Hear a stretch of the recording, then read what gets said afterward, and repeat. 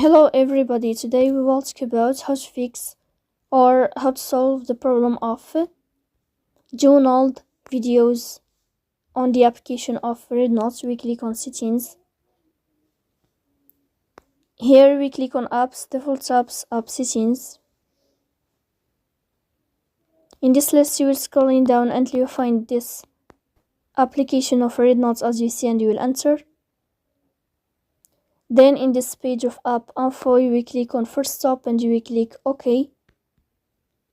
Here you will enter to the window of storage. Then we click on clear cache. Then we go to Play Store.